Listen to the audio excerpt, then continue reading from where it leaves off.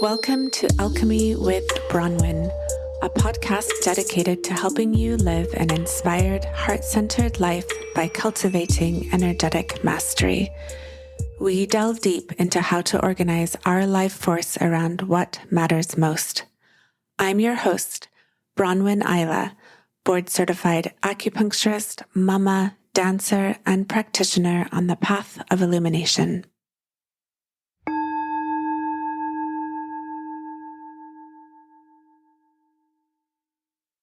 My name is Bronwyn Isla, and I'm speaking at this new moon that marks the beginning of winter. This is the time of the solar cycle when it is wise to stop, slow down, and take a break. According to Taoist medical theory, the biggest cause of disease is a failure for us to live in accordance with the cycle of the seasons. And as the planet rotates around the sun, it moves through progressive phases which invite corresponding shifts in conduct. It's actually every 2 weeks that we enter a different chi node or cycle. And each cycle invites us to shift our conduct according to the season's changing landscape. So if we act, for example, in midwinter the way we did during the summer solstice, we make ourselves vulnerable to dis-ease. And most of this medical theory is coming from about 600 AD, Tang Dynasty, China. And I received a lot of these teachings from my teacher, Lu Ming, who passed away a few years ago.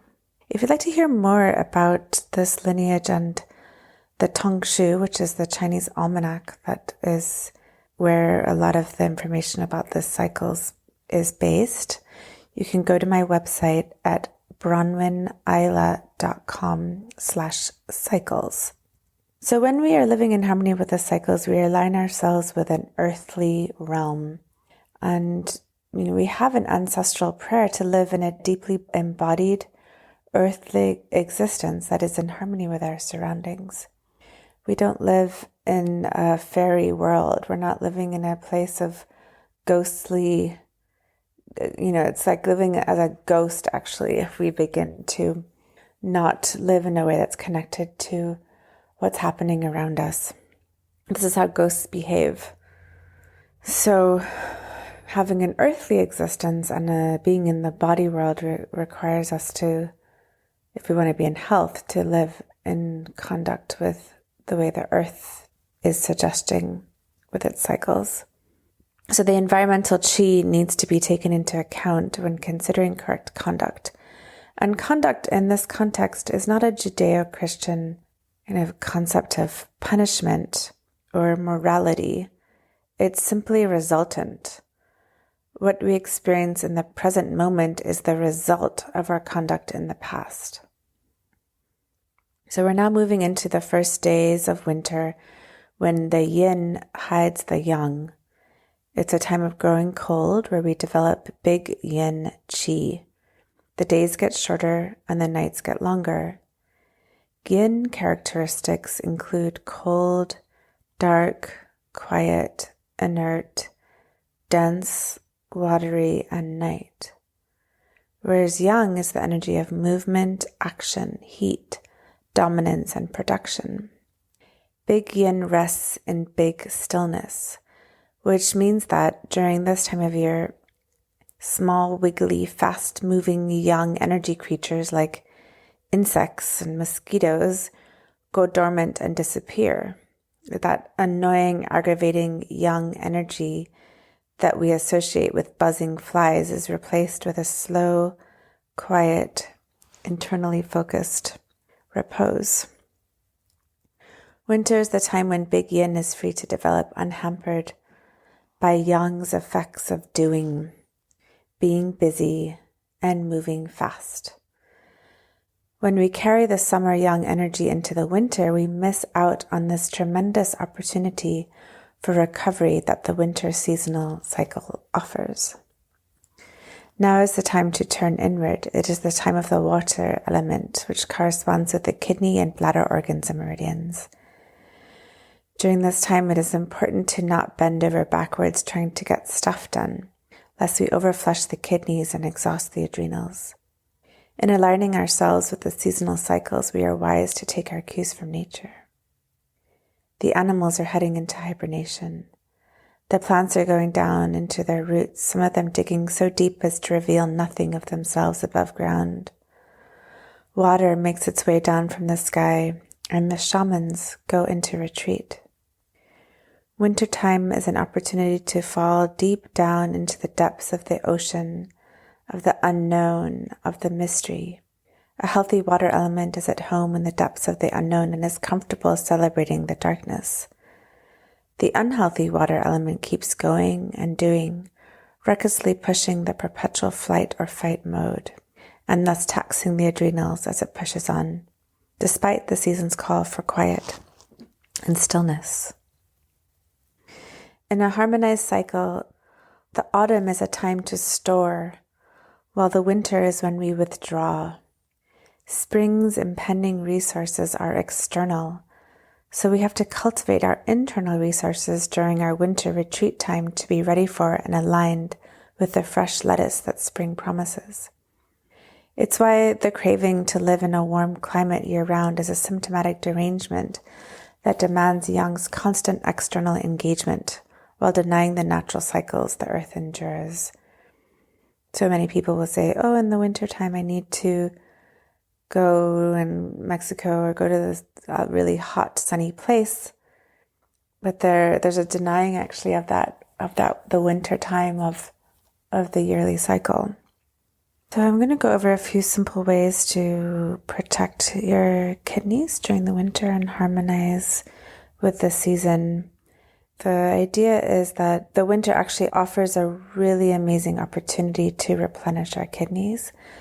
And if we just keep going, and sometimes on my travels I meet people who are in the summertime, they're going to a hot place in the winter and they just kind of keep on this global cycle of only being in the summer zones. And I see a lot of adrenal exhaustion when that happens. And for a while it's okay. It doesn't really immediately impact us beyond missing out on an opportunity for a deep cultivation of wisdom, but it starts to catch up physically to people, especially for a woman, when menopause comes or when age starts to take more of a toll. So a simple thing that we can do is then go to a dark climate and spend a winter in Finland or Norway or somewhere where the days are short and the nights are long, and let the body actually really rest into that winter darkness. And I'm going to do a couple other ideas of ways to harmonize with the season, specifically with this time period from the new moon, which, we know from other cultures is also a time to go inward. We have Samhain, which is about, the Day of the Dead, and this going into the underworld, and of the way it's often celebrated in the Western world with Halloween, or like going into the Dia de los Muertos, kind of honoring the ancestors and taking a time to connect into the world that we don't usually see in the waking, bright summertime. So during this period, the environmental chi is most potent at 9 p.m., as this is when the energy is most precisely aligned with this chi node. This is a time to wind down and to move towards sleep rather than activity. It is auspicious to use this time for a modest qigong practice or for yoga, for breathing exercises. Harness it for a meditative practice as well. So most potent time is 9 o'clock in the evening.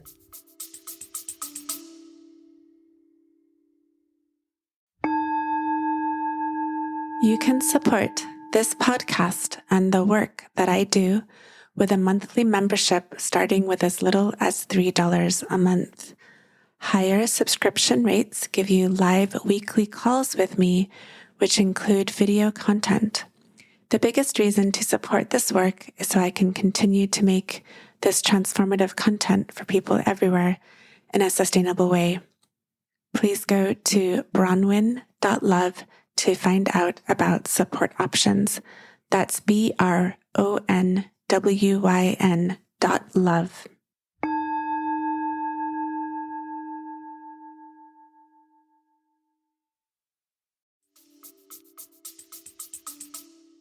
Another way that can be helpful this time of year is to wear a haramaki, which is, hara means middle, and maki is a wrap, so a middle wrap. This is a cloth band worn around the kidneys for warmth and protection. It's hard to imagine really how wonderful this feels until you actually try it. And any scarf or similarly proportioned cloth works well for this.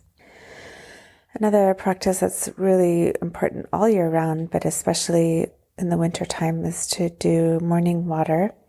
So our kidneys need water, and the best time to hydrate them is first thing in the morning, 45 minutes before you have any other kind of food or drinks.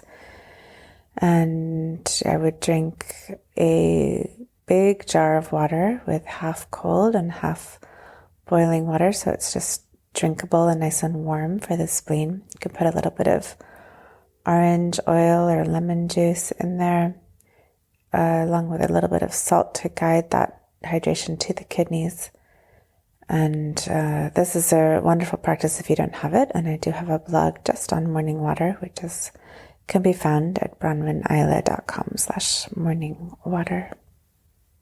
This is also a time of year when we begin to consume the autumn foods that we've stored, such as squash and root vegetables. Bone stock makes a really great supplement to the autumn harvests, as fresh foods don't give us all the resources we need for the winter months. This time provides us with an opportunity to access a different quality of nutrient than those we accessed during the more young times of the year. For those who are navigating chronic spleen deficiency or digestive problems, pork stock is a really wise choice. If you can get some locally grown, locally pastured. So when we slow cook, we boil away all of the fresh aspects of our food and reduce it down to a different, more yin nutrient state. So we don't, in this case, want the immature quality of fresh food during this time as much. When we slow cook food for a long time, it starts to generate something more precious. For example, dried mushrooms or tomatoes. These vegetables condense their qi and their jing, which is their inherited life force, during the drying process. So when we rehydrate these dried vegetables and slowly cook them, they give off a highly concentrated essence that isn't acceptable in their young, fresh state. Similarly, even a light vegetable soup made with boiled bones doesn't give up its deepest, most magical essence until the last hours it's cooked. A stir-fry doesn't offer us these concentrated qualities. Slow cooking is a useful way to support our inner yang in the winter months. I recommend cooking with stocks rather than water to enhance simulation and allow nutrients to absorb more deeply. So you can make a big pot of bone broth. You basically take some high-quality local organic grass-fed bones and bake them in the oven for about 40 minutes until they become brittle. And then put them in the slow cooker or stock pot and simmer them with a tiny bit of vinegar for about 8 hours.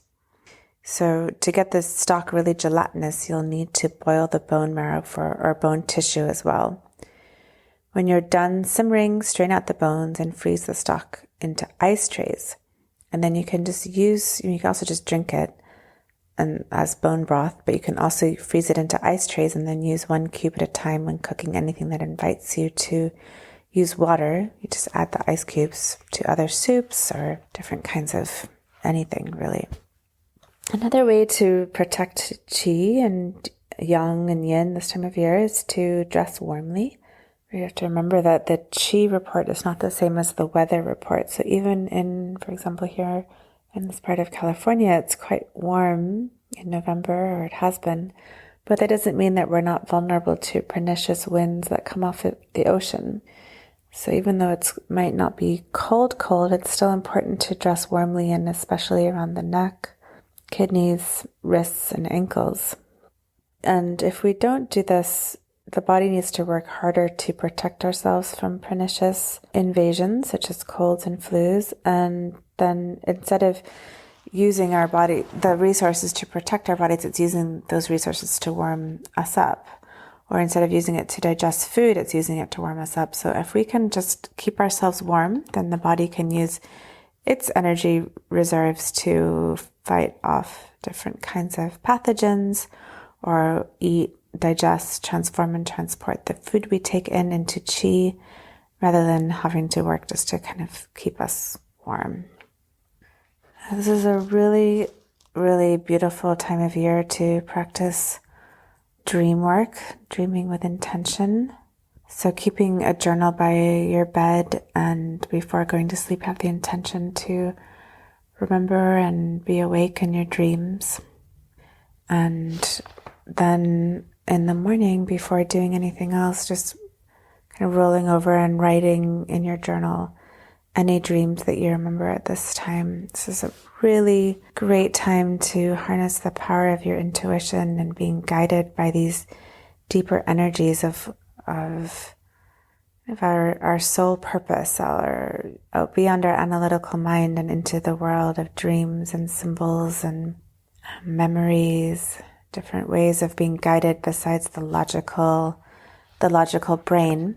So yeah, keep a journal right by your bed with that intention to write down and record your dreams before they start to wash away in the morning. Exercise this time of year is best to focus more on the relaxing side of exercise than athletic exertion. You can practice in the evening before bed, like that 9 o'clock time is really good for the next 2 weeks. In the spring and summer, more vigorous exercise is indicated, but this time of year, strenuous exercise can be damaging. It's certainly important not to get sweaty in the cold weather. The cold wind, meaning the sweat, is arthritis and paralysis in the making, we would say. You might not feel this right away, but it could lead to a sudden onset later in life if we do this repeatedly for a long time. And I think it is important not to talk about things like in a way where we're impending doom. I'm open to all kinds of possibilities and not to pathologize anything, but it can be good to really stay warm and protect ourselves from this pernicious energy. Yeah, in the summer, strenuous activity may give strength, but in the winter, there's a suggestion of withdrawal, the same way the plants are withdrawing and the animals are withdrawing. The bears are going into hibernation along with the shamans. So vigorous training in the summer is great, and then meditation retreats in the winter, because that is a cultivation of a different kind of strength. And it actually changes our notion of strength when we can focus on more of that meditative quality in the winter time. Strenuous activity in the winter drains chi away from the surface, and cold wind can then easily invade.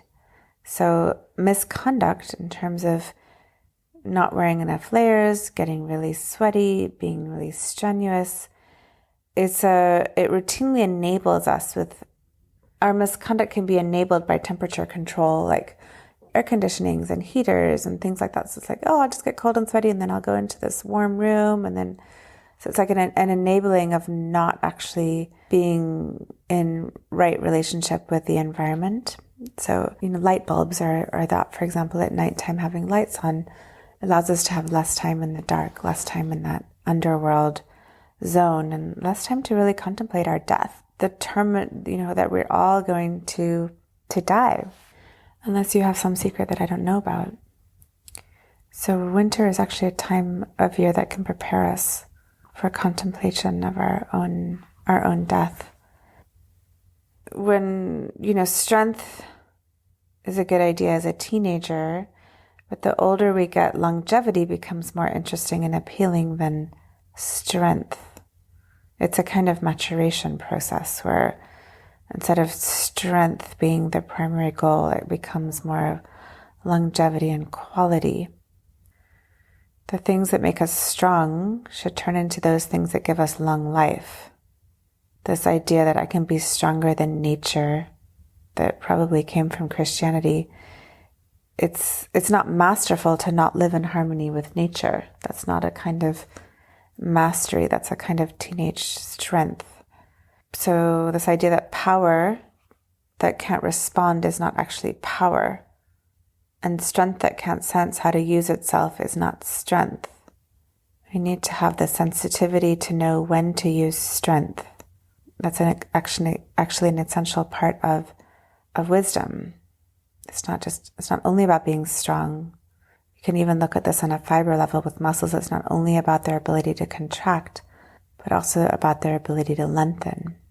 Modern life, we often measure strength by contractility rather than ability to lengthen and contract a muscle or a muscle group. So the idea, the invitation this time of year is to relax, not because it's warm, but because it's getting cold and we need to do less. And to relax, this is the natural state. It's not the same as doing relaxation. It's about a returning to our own nature. It's about having nothing to do. It's not about being sedated. It's not an aggressiveness. It's a natural state. It's a relaxed, natural state. It's not about a sloppiness or a slurriness or a warmth kind of relaxation. It's about a cold, slowing down, kind of like the way the water slows down in the winter because it becomes hard and cold and ice-like. Our blood slows down. Everything starts to go slower. This is not really a time to go on vacation in order to feel relaxed. It's more of an original nature. The invitation is more to move towards quiet, the quiet side of our nature, being in our homes, being quiet. In ancient China, it was forbidden actually to travel this time of year. The invitation is to move towards a quietness so that yin can actually be nourished. And part of understanding our health and our nature and our humanness is a nourishment of yin. So when yin is not nourished, we skip a whole level actually of understanding our own nature, our own beingness. We only get to understand one part of ourselves, which is more of an exuberant, outward going, extroverted self. So nourishing yin helps us to get to know our own selves on a deeper, more internal world. It's a movement from focus on the outside to focus on the inner landscape. So we're in the 10th moon of the year. This is the time to go into retreat and to go into hibernation and to reflect and to be reminiscent and to find quiet. Traditionally, this is the time when shamans do go into their winter retreats. The spring and summer are the time to come up with lots of things. And now it's time to edit it back to that which is most important and to find what is most of value. So my teacher Lu Ming would say, when in doubt, stay home. When in doubt, rest. Lie down. Do nothing. And one of my favorite lines, he would say, do not squander your free time with activity. There's an opportunity actually for each of us to have our own experience of knowing what is of value in life. When we use the winter to edit to that which is of value, we can distill down to find our inner truth. What will stay with you through the winter is the thing of value. If we keep going and juggling all the things in the winter, this process of distilling down to what is most of value cannot happen. So it's the time to widen down, to be withdrawn rather than celebratory. We don't need to put lights on in our house to pretend it's not dark. This is a really great time for people to meditate. I have people come to say, look, it's too hard for me to meditate. Like, well, try in the wintertime. It's a lot easier. Yeah, the counsel is stay close to home, start to let go of all the activity and begin to withdraw. And in 6 weeks' time, when it's actually winter solstice, the midwinter, deepest, darkest time of the year, if we can start now to begin to hone down our energies and let go of activity and busyness and that youngness, by the time winter comes, we've already cultivated to this deep yin quality. So that when winter solstice comes, then it's going to start to be brighter and lighter, and we can actually welcome and greet that light because we have enough yin. We've nourished ourselves from the beginning of winter to midwinter. These are the most potent time to nourish our yin. So that when winter solstice happens and the days start to get longer, we can actually celebrate that from a place of having done our inner journey work. And when the new year, meaning the the brighter light year starts to come in, there's a sense of knowing what it is we want, where we want to go. We've distilled all the excess out to this fine concentration of what is most valuable to us, and we can start moving towards the spring freshness with a sense of cultivation of a deep force in our system. Winter in this way is really a time to gather our power, and this is actually echoed in the kidney meridian. The kidney meridian's movement is a wave that rises up and then returns back down again. It gathers and then returns. And in this way, we also gather power and resource and be able to bring it forth. It's a place of balance of yin and yang, and the gathering of power and the ability that comes forth with this power. I'd like to give an exercise to help us tune into the kidneys in the winter time. This exercise really can work well to do at 9 o'clock if you're not doing a different kind of qigong or meditation practice, or to add on to it. So the exercise, my counsel would be to sit in the dark, perhaps at 9 p.m. You can adjunct this onto your meditation or qigong or yoga practice, any kind of gentle exercises. And with your eyes closed, just begin to notice what's happening in your body. Listen to the sounds. Feel your breath, blood, heartbeat. Just taking a moment to get really present to what is. And with this awareness of your baseline, begin to breathe into your kidney organs. And notice what effect your breath has on your kidneys. And with that, initiate the breathing then from your kidneys, and notice what impact your kidneys have on your breath.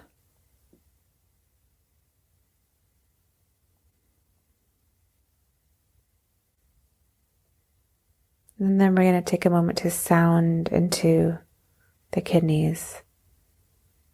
And the kidney organ sound is chui. You can practice chanting this or toning this sound. Chui.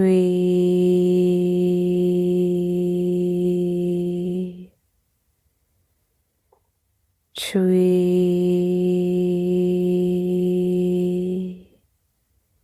And notice what impact this sound has on your kidneys. Focus the sound around your kidneys so that they begin to condense.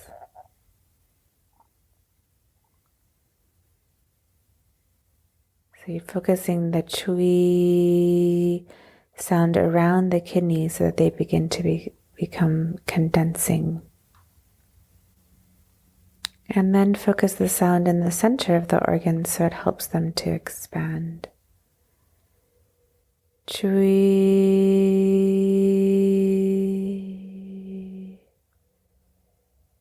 Initiate the sound from the organ and notice how your kidneys change the sound. You can explore variations in pitch and intensity.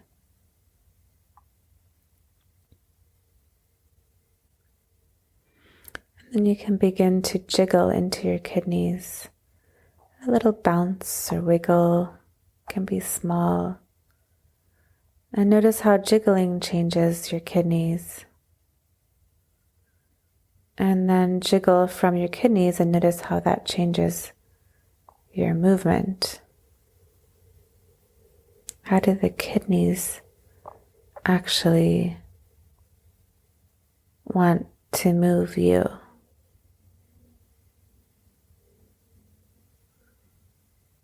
So we're moving into the organ and noticing how movement impacts the kidneys.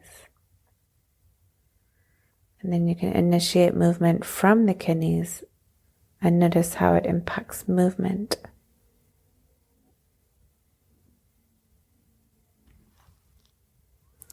Finally, begin to initiate inhaling from the kidneys.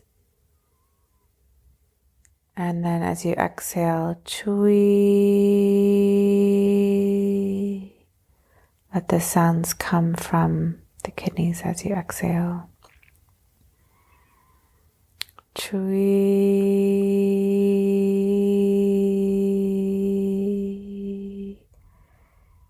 Chui.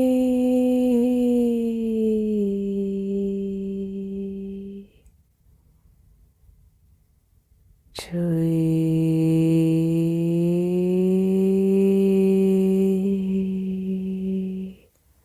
And then begin to improvise with sound and movement.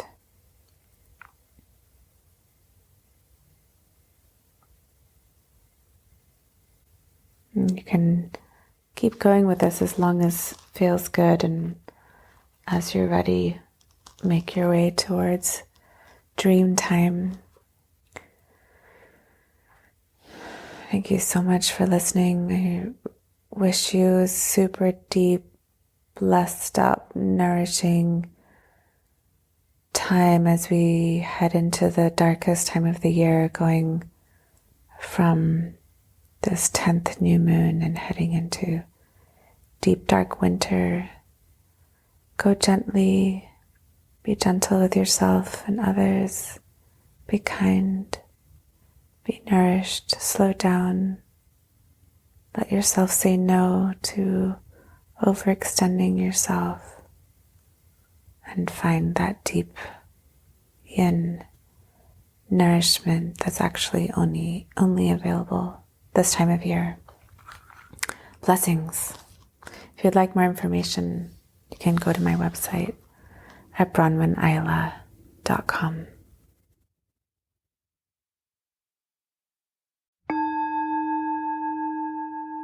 Thank you for tuning in to Alchemy with Bronwyn, this podcast which is dedicated to helping you live an inspired, heart-centered life by cultivating energetic mastery. We delve deep into how to organize our life force around what matters most. Send me a message. You can do that in the show notes. You'll see a link. Let me know how it went for you. Also, please remember to hit the like button, support button, all the rest of it. And you can support me to make more great content for people everywhere at bronwyn.love. That's BRONWYN.love. All those links are in your show notes. Many blessings, and I hope to tune in with you again soon.